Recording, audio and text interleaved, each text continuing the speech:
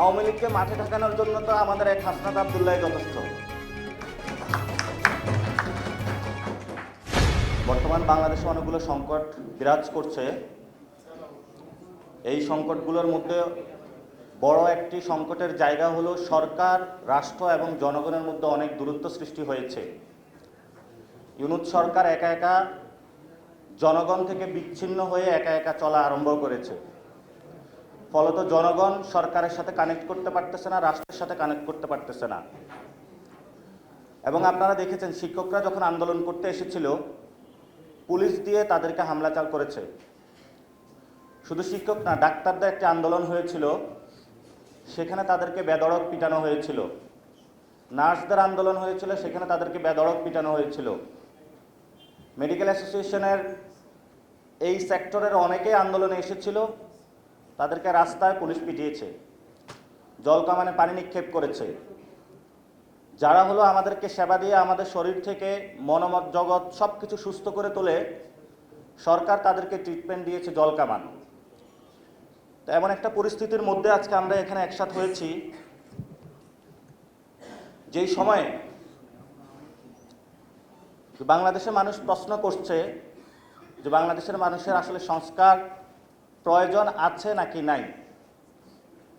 সংস্কার প্রয়োজন আছে নাকি নাই, সেই প্রশ্নে গত 15 বছর মানুষ লড়াই করে এটাই বোঝানোর চেষ্টা করেছে বর্তমান যে সংবিধান, বর্তমান যে ফেসিবাদী কায়দা, রাষ্ট্রের যে সিস্টেম, এই সিস্টেমের অধীনে বাংলাদেশ চলতে পারে না। সেই জন্য বিএনপির মাঠ লেভেলের অসংখ্য নেতাকর্মী হাসি মুখে তাদের পায়ে গুলি বরণ করে নিয়েছিল। অসংখ্য আমাদের মা বোনেরা হাসি মুখে স্বামীকে বিদায় করেছিল। জেল গেটে গিয়ে কখনো তারা ভারাক্রান্ত হয়ে ঢুলে পড়ে নাই যে আমার স্বামী একটি যুদ্ধে চলমান আছেন, যে যুদ্ধটা হলো শেখ হাসিনা রিজিমের বিরুদ্ধে। বিএনপি শুধু নয়, জামায়াতের অসংখ্য নেতাকর্মীকে গত 15 বছরে এই ফ্যাসিস্ট রিজিমের যে কল কবজা থেকে শুরু করে প্রত্যেকটা যন্ত্রের মাধ্যমে এমন কোনো শাস্তি যে তাদেরকে দেওয়া হয় নাই। ইলিয়াস আলীর লাশ কিন্তু আমরা এখনো পাই নাই। শিবিরের মোকাদ্দেস আলীর লাশ এখনো আমরা খুঁজে পাই নাই। ফলত পুরো বাংলাদেশ যখন একটা জায়গায় ঐক্যমত হয়েছে, ঐক্যবদ্ধ হয়েছে যে বাংলাদেশে আমরা একটা সংস্কার চাই, হাসিনা যে ফ্যাসিস্ট রিজিমের বাংলাদেশে প্রতিষ্ঠা করেছিল, সে 72 সালের সংবিধান থেকে শুরু করে এটার আমরা পতন চাই। আমরা একটা যুদ্ধে অবতীর্ণ হলাম, সেই যুদ্ধে আমরা জয়ী হলাম এবং সেই যুদ্ধের পরে যে আমরা বাংলাদেশটা কিভাবে চালাবো সেটার জন্য সবাই একসাথে বসলাম। বসার পরে সবাই ঐক্যমত পোষণ করলাম যে আমরা বাংলাদেশটা আগামীতে এই সংস্কার কার্যক্রমের ভিত্তিতে হলে আগামীর বাংলাদেশটা চালাবো। কেন চালাবো? যাতে কোনো আর স্ত্রী তার হাজবেন্ডকে জেলের মধ্যে অথবা হলো গুলির সম্মুখে অথবা হলো গুম অথবা খুনের সম্মুখীন না হতে হয়।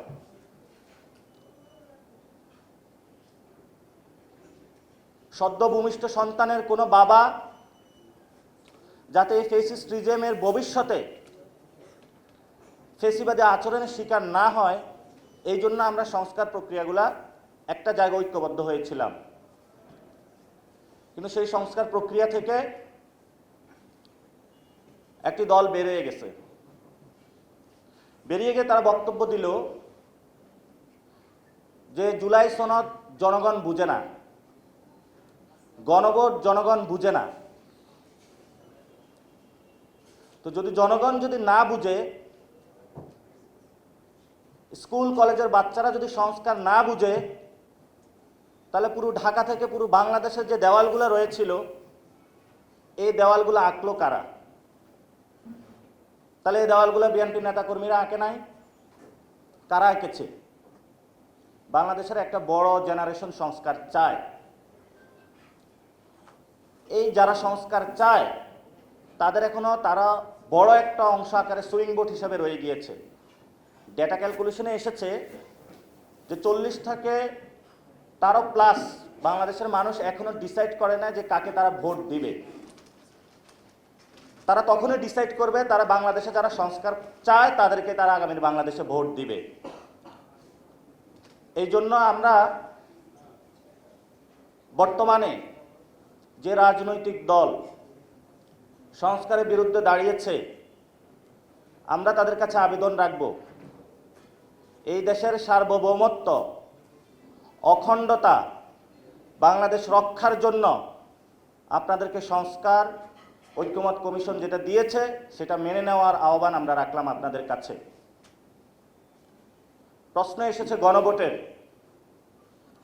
সংস্কারের পক্ষে জনগণ ভোট দিতে চায়, কিন্তু আপনি যদি জনগণকে তার ভোটাধিকার থেকে বিরত রাখতে চান তাহলে আপনার মুখে আর গণতন্ত্র শব্দ মানায় না।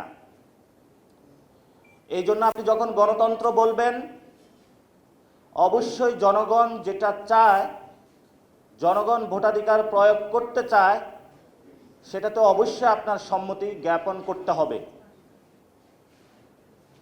জিয়াউর রহমান জনগণের পালস ধরতে পেরেছিলেন, এই জন্য হা ভোটের মাধ্যমে বিএনপির জন্ম হয়েছে। খালেদা জিয়া জনগণের পালস ধরতে পেরেছিলেন, এই জন্য বাংলাদেশে অন্যতম বড় দল হিসেবে বিএনপি আবিষ্কৃত হয়েছে।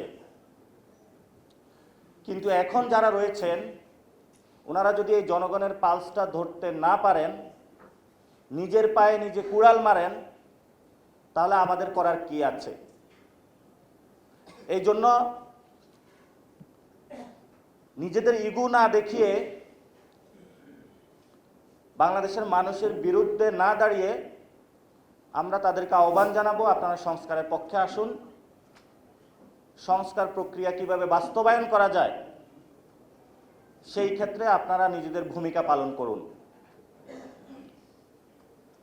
বর্তমান সরকার গত 1 বছরে একটি জনবিচ্ছিন্ন সরকার হিসেবে নিজেদের প্রতিষ্ঠা করেছে। কিভাবে তারা করল? জনগণ যে দাবিটা নিয়ে 5 তারিখে মাঠে নেমেছিল, গত 15 বছরে আন্দোলন সংগ্রাম করেছিল, সরকার সেই একটি দাবিও পূরণ করতে পারে নাই। আমি কয়েকটা উদাহরণ দিচ্ছি। জগন্নাথ ভার্সিটির ছেলেরা এসেছিল, তাদের থাকার জায়গা নাই। একটা ছেলে পড়াশোনা করবে, একটা মেয়ে পড়াশোনা করবে, তার যদি থাকার জায়গা না থাকে তাহলে সে পড়াশোনায় কিভাবে কনসেন্ট্রেট করবে? তারা থাকার জায়গার জন্য যমুনার সামনে আসলো। সরকার তাদেরকে কিছু টাকার প্রতিশ্রুতি দিয়ে আবার ক্যাম্পাসে পাঠিয়ে দিল। জগন্নাথ ভার্সিটির যে প্রতিশ্রুতি দিলে সরকার, সে বাস্তবায়নটা কই? আরও আমরা শুনেছি আন্দোলনরত অসংখ্য বিভিন্ন শ্রেণী যারা রয়েছেন তাদেরকে সরকার প্রতিশ্রুতি দিয়েছে, সেই শ্রেণীগুলো আবার মাঠে আন্দোলন করতেছে যে আপনি সরকার মহোদয় আমাকে যে প্রতিশ্রুতি দিয়েছিলেন আপনি তো বাস্তবায়ন করতেছেন না। অর্থাৎ সরকার প্রতিশ্রুতি দিয়েছে, প্রতিশ্রুতি বাস্তবায়ন করার জন্য আবার তাদের মাঠে নামতে হচ্ছে। এটা সরকারের জন্য লজ্জা। এবং বর্তমান সরকারের দায়িত্ব হলো যেই মানুষগুলোকে বঞ্চনার লাঞ্ছনার শিকার করা হয়েছে, যেই মানুষগুলোর প্রতি বৈষম্য করা হয়েছিল, আপনি তাদের প্রতি সাম্য ফিরিয়ে আনবেন।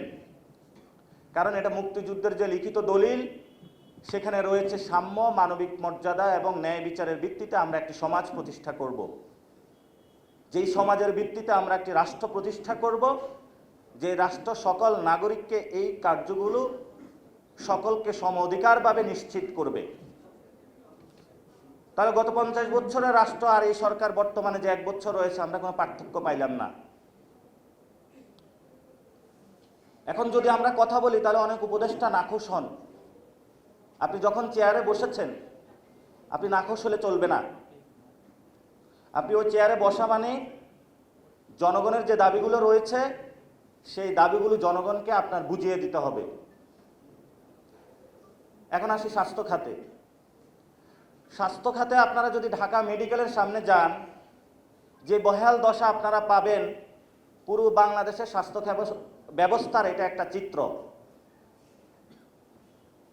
জুনিয়র যারা ডাক্তার রয়েছেন তাদের নির্দিষ্ট কোনো বেতন কাঠামো নাই।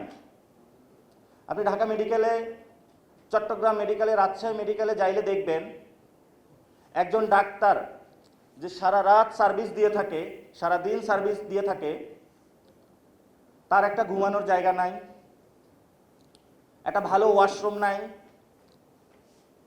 একটা ভালো খাবারের ব্যবস্থা নাই। তাহলে উনি চিকিৎসাটা দিবে কিভাবে? এটা তো গেল ডাক্তার শ্রেণীর এই দুরবস্থা। নার্স যারা রয়েছেন তাদেরকে বাংলাদেশে ABC কোন ক্যাটাগরি যে করে রাখা হয়েছে এটার হলো ইয়াত্তা নেই। নার্সরা আন্দোলন করেছিল বেতন কাঠামোর জন্য, অথচ বিভিন্ন দেশে বাংলাদেশ থেকে নাকি নার্স পাঠিয়ে থাকে। কিউবা রাষ্ট্র তাদের স্বাস্থ্য ব্যবস্থার এত উন্নয়ন ঘটিয়েছে, আমরা সেই মডেলগুলো কেন অনুসরণ করতে পারি না? একজন বেসরকারি চাকরিজীবী অথবা সরকারি চাকরিজীবী সকাল থেকে সন্ধ্যা পর্যন্ত তার জীবনের 50টি বছর ব্যয় করার পরে যে সামান্য টাকা জমিয়ে থাকেন, কোনো একটা প্রাইভেট হসপিটালে ভর্তি হওয়ার পরে একদিনেই তার টাকাটা চলে যায়। আমরা সরকারকে আহ্বান জানাবো যে বাংলাদেশের মানুষের এই সময় একটি স্বাস্থ্য প্ল্যান আপনারা মানুষকে দিন। একটি স্বাস্থ্য কাঠামো যদি এই সময় আমরা তৈরি করতে না পারি, তাহলে স্বাস্থ্য মন্ত্রণালয়ে বিভিন্ন যারা দলীয় ক্যাডার রয়েছে, দলদাস রয়েছে, ডিজি নিয়ে মারামারি করবে, কে কোন হসপিটালে পদ ভাগাবে ওইটা নিয়ে মারামারি করবে। এই মারামারি যদি চলমান থাকে তাহলে বাংলাদেশের অধিকাংশ মানুষ স্বাস্থ্য খাতের অব্যবস্থাপনায় বড় একটা অংশ মারা যাবে। আমি আমার কর্মজীবনে স্বাস্থ্য খাতে একটি ইনভলভমেন্ট ছিল। আমাদের যে এইখানে স্বাস্থ্য খাতের যে প্রোডাক্টগুলো আমরা বাংলাদেশে দিয়ে থাকি সবগুলো বিদেশ থেকে এসে থাকে, এবং ইন্ডিয়ার বিভিন্ন অঙ্গরাজ্যে বিদেশি কোম্পানিগুলো ফ্যাক্টরি বসিয়েছে, সেখান থেকে তারা প্রোডাক্ট এখানে সাপ্লাই দেয়। চায়না থেকে সিরিঞ্জ আমরা নিয়ে আসি, বিদেশ থেকে হাই টেকনোলজির জিনিসগুলো আমরা নিয়ে আসি। তাহলে আমরা হাই টেকনোলজি বাদ দিলাম, মিডল যে টেকনোলজিগুলো রয়েছে, সিরিঞ্জ, ব্যান্ডেজ, এগুলো তো আমরা দেশে উৎপাদন করতে পারি। দেশে বড় একটা মাফিয়া গোষ্ঠী সৃষ্টি হয়েছে, এটার নাম হলো JMI। ওনার প্রোডাক্ট ছাড়া কোনো হসপিটাল প্রোডাক্ট কিনতে পারবে না। এবং করোনার সময় ফেস মাস্ক যে বাণিজ্য উনি যেভাবে করেছেন, পুরা স্বাস্থ্যখাতকে উনি হলো ব্ল্যাকমেল করেছিলেন। তো যদি একটি কোম্পানিকে এভাবে হলো বাংলাদেশ রাষ্ট্র ব্যবস্থা স্বীকৃতি দেওয়া হয়, তাহলে স্বাস্থ্যখাতের যারা তরুণ উদ্যোক্তা রয়েছেন ওনারা কিভাবে ভালো ব্যবসার নিশ্চয়তা বিধান করবেন, এটা এই কোশ্চেনটা আমরা সরকারের কাছে রেখে গেলাম। তাহলে রাষ্ট্রের যে বর্তমান পরিস্থিতি বা চিত্র, এই চিত্র দিয়ে আমরা ইয়াং জেনারেশন যারা রয়েছি আমাদের জীবন হলো বিপন্ন। আমাদের জীবনে নিরাপত্তা নেই, বাসার নিচে নামলে ককটেল খেতে হয়, মার্কেটে গেলে ফরমালিনের খাবার খেতে হয়, চিকিৎসা করাতে যাব হলো সরকারি হসপিটালের ব্যবস্থাপনায় প্রাইভেট হসপিটালে যেতে হয়। প্রাইভেট হসপিটাল হলো কয়েকটা ব্যক্তির কাছে দিয়ে রয়েছে তারা, আবার ওই ব্যক্তিগুলাই পার্লামেন্টে যায় MP হয়, ওই হসপিটালের মালিকগুলাই আবার হলো বিভিন্ন সংগঠনের নেতৃবৃন্দ হয়, এবং সে যে চার্জটা আমাকে দিবে, হাতে ধরিয়ে দিবে, ওটাই আমাকে দিতে হবে। যদি না দিতে পারে, আমার পকেটে না থেকে আমাকে আবার জেলে পাঠিয়ে দিবে। এই হলো বাংলাদেশের স্বাস্থ্য খাতের নৈরাজ্য। এই নৈরাজ্য বন্ধ করার জন্য আমরা সরকারকে জানাবো, আমরা সরকারকে আহ্বান জানাবো যে আপনারা দ্রুত পদক্ষেপ নিন। যদি আপনারা স্বাস্থ্য এবং শিক্ষা খাত জেলে সাজাতে না পারেন, বাংলাদেশের 18 কোটি মানুষের বহির্শক্তি তো দূরের কথা, ভিতরেই তাদের জীবনটা বিপন্ন হয়ে তারা মরণ অবস্থায় একদিকে চলে যাবে। এই জন্য আমরা কাজ শুরু করেছি জাতীয় নাগরিক পার্টির পক্ষ থেকে। এখানে যারা নার্স রয়েছেন, জনস্বাস্থ্য যারা রয়েছেন, অর্থস্বাস্থ্যে যারা রয়েছেন, সিনিয়র যারা সিটিজেন রয়েছেন, বিদগ্ধ যারা ডাক্তার রয়েছেন, আমরা তাদেরকে একসাথে নিয়ে এসেছি। আমরা বলেছি আপনাদের জাতীয় নাগরিক পার্টি চেনার দরকার নেই, আপনারা শুধু জনগণকে সেবা দিন, জনগণকে আপনাদের চিনলেই হবে। আপনাদের কাছে কোনো চাওয়া পাওয়া আমাদের নেই। আপনাদের কাছে আমাদের একটাই চাওয়া, যাতে আমাদের কোনো ভাই এবং বোন স্বাস্থ্যের অব্যবস্থাপনায় মারা না যায়। এই চাওয়াটা হলো আপনাদের কাছে। পুরো বাংলাদেশের ডাক্তার কমিউনিটির কাছে আমাদের নিবেদন, যখন জুলাই আন্দোলন চলতেছিল, হসপিটালগুলোতে আপনারা আওয়ামী সন্ত্রাসীর বাহিনীর সামনে দাঁড়িয়েও, বিভিন্ন সরকারি এজেন্সির বাহিনীর সামনে দাঁড়িয়েও যেভাবে বুকে আগলে রেখে আমাদের ভাইদেরকে আপনারা স্বাস্থ্যসেবা দিয়েছেন, যেভাবে তাদেরকে হসপিটালের করিডোরে লুকিয়ে রক্ষা করেছেন, কেবিনগুলার চেয়ারের নিচে, বেডের নিচে তাদেরকে লুকিয়ে রেখে আওয়ামী লীগ থেকে তাদেরকে রক্ষা করেছেন, আপনাদের ইতিহাসের এই অবদান আমরা জীবনেও ভুলতে পারবো না।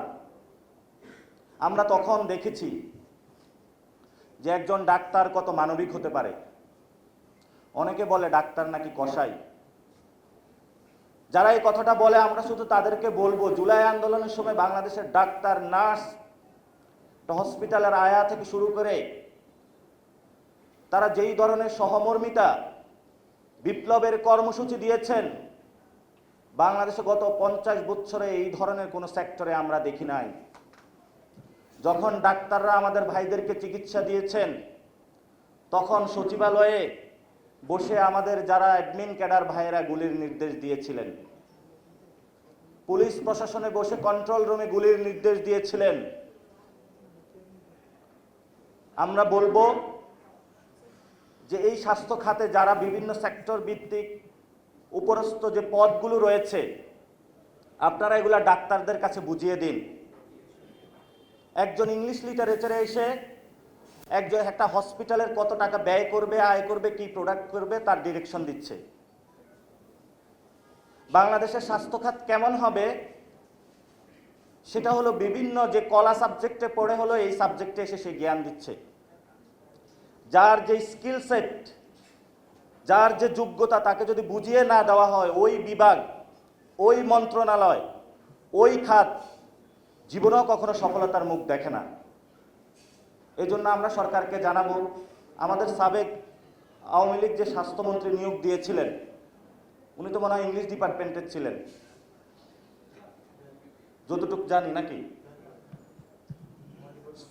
সো এই ধরনের ব্যবস্থা থেকে আমাদেরকে বেরিয়ে আসতে হবে এবং গণভোট বাংলাদেশে হবে।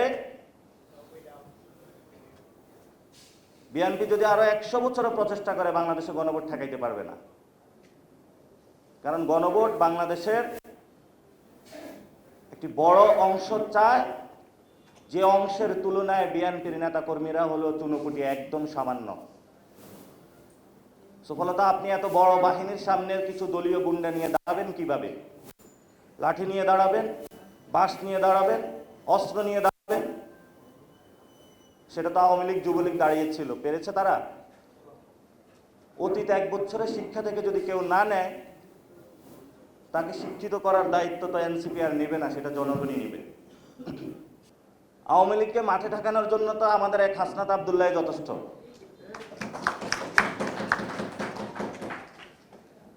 হাসনাত আব্দুল্লাহ আওয়ামী লীগের বাংলাদেশে যে তার কার্যক্রম বন্ধ করে দিয়েছে, এক ব্যক্তি দাঁড়িয়ে গিয়েছে, বন্ধ হয়ে গিয়েছে। কই বাংলাদেশের কতগুলো রাজনৈতিক দল ছিল, আমরা তো কাউকে উকি দিতে দেখি নাই। কালকে যদি আওয়ামী লীগ নামে, আওয়ামী লীগকে ঠেকানোর জন্য, আওয়ামী লীগের সন্ত্রাসের বিরুদ্ধে এনসিপির এক হাসনাত আব্দুল্লাহ বাংলাদেশে যথেষ্ট। এটা নিয়ে আমরা কোনো টেনশন নেই। আওয়ামী লীগের বাংলাদেশে মরণ হয়ে গিয়েছে, এখন কিছু দুর্গন্ধ ছড়াচ্ছে, দেশবাসী এটা নিয়ে কোনো আতঙ্কিত হওয়ার কোনো কিছু নেই। আরেকটি খবর এসেছে, আওয়ামী লীগের নাকি মামলা তুলে নেওয়া হবে। মামলা তো তুলে নিয়েছে গত 1 বছর টাকার বিনিময়ে, নতুন করে আর কি তুলবেন? বিএনপি গত 1 বছরে যে মামলা বাণিজ্য করেছে সেগুলোর স্বীকৃতি মির্জা ফখরুল দিলেন, তাদেরকে জায়েজ করে নিলেন। আওয়ামী লীগের যারা রয়েছেন, মন্ত্রী এমপি থেকে শুরু করে সন্ত্রাসী, সকলকে প্রথমে বললেন, তার বিরুদ্ধে যায় বাসায় বললেন তোরে মামলা দিব। বলল ভাই কিছু টাকা দিয়ে দিয়েন না, ঠিক আছে দাও, আগামী ইলেকশনটা ভালো করতে পারবো। তারপর আবার তারা মামলা দিল। মামলা দেওয়ার পরে ইজাহারভুক্ত হবে বললো আরো কিছু টাকা দেন, ইলেকশন ফান্ডটা আর একটু বাড়াইল। তারপরে তারা আবার থানায় দিল। থানায় দেওয়ার পরে এখানে 2 ভাগ হলো। বিএনপি পন্থী যে আইনজীবী সে আবার নতুন ভাগ বসাইলো। আরে ভাই আমি আইনজীবী হলো, আমিও তো ইলেকশন করব, আমার ফান্ড কই? আওয়ামী লীগ তাকে আবার টাকা দিল। পুরো 1 বছর তারা চাঁদাবাজি এবং মামলা বাণিজ্য, এই দুইটা ছাড়া গত 1 বছরে বিএনপির ইতিহাসে আর কোনো লেখা নাই। বিএনপির যদি 1 বছরে সফলতা বলেন, তাদের 2টা সফলতা, একটা হলো চাঁদাবাজি আর একটা হলো মামলাবাজি। এই 2টা ছাড়া তাদের কপালে আর কোনো সফলতা নাই। তো এই 2টা নিয়ে তারা জনগণের সামনে যায় ভোট চাবে? ভোট নয়, মানুষ তাদেরকে জুতা দিবে। আমাদের যে রাজনৈতিক দলগুলো রয়েছে, রাজনৈতিক দলগুলোর মধ্যে আমরা একটু বিভাজন দেখতে পাচ্ছি। কিন্তু বাংলাদেশের সার্বভৌম গণতন্ত্র, অখণ্ডতা রক্ষা করার জন্য বর্তমান যে পরিস্থিতি রয়েছে, এই পরিস্থিতিতে সকল দল একসাথ হতে হবে। সকল দল একসাথ হয়ে যদি ঐক্যবদ্ধভাবে বাংলাদেশকে রক্ষা না করে, তাহলে বাংলাদেশের ভবিষ্যৎ দুর্গতি রয়েছে। এজন্য আমরা বলবো, শুধু ডাক্তার নয়, সকল স্বাস্থ্যকর্মীর গুম খাওয়া কাজের পরিবেশ নিশ্চিত করতে হবে। নীতি নির্ধারক পর্যায়ে কোনো দলীয় গুন্ডা নয়, যারা বিশেষজ্ঞ স্বাস্থ্য অর্থনীতির রয়েছেন তাদেরকে নিয়োগ দিতে হবে এবং তাদের ডিসিশন মেকিং প্রসেসে অন্তর্ভুক্ত করতে হবে। স্বাস্থ্যক্ষেত্রে দুর্নীতি বন্ধ করতে হবে, সুনির্দিষ্ট বেতন কাঠামো নিয়ে আসতে হবে। তবে ইতিমধ্যে আমার একটা স্ট্যাটাস কেন্দ্র করে রাজনৈতিক মহলে অনেক বিতর্কের সৃষ্টি হয়েছে। কেউ কেউ জিজ্ঞেস করেছেন কাকে ইঙ্গিত করে স্ট্যাটাস দিয়েছি। স্ট্যাটাসটা দিয়েছিলাম আমার গত 5 বছরে যারা বন্ধু, বাম পতাকা, বাম বন্ধুদেরকে উদ্দেশ্য করে দিয়েছিলাম। বাম বন্ধুরা হলো তাদের যে লাল পতাকা, স্বপ্নের লাল টুকটুকে স্বপ্ন, একটা সিটির বিনিময়ে বিক্রি করে দিচ্ছে। তাদেরকে বলবো কার্ল মার্কসের সাথে গাদ্দারি করিয়েন না। আপনারা সারাদিন তো মার্কস পড়েন, কি পড়েন এটা আল্লাহ জানে। অ্যাটলিস্ট আপনারা এই সময় আইসা জনগণের সাথে গাদ্দারি করিয়েন না। 2-1টা সিটের বিনিময়ে আপনারা নিজেদের যে লাল পতাকা আছে, রক্তের পতাকা আছে, এটা বিক্রি করে দিয়েন না। যদি আপনারা এই সময় সঠিক সিদ্ধান্ত নিতে পারেন, তাহলে ভবিষ্যতে আপনাদের নাম নিশানা থাকবে, না হলে থাকবে না। ধন্যবাদ সকলকে। আসসালামু আলাইকুম। পাবলিক রিঅ্যাকশন, দেশ গড়ায় আপনার মতামত।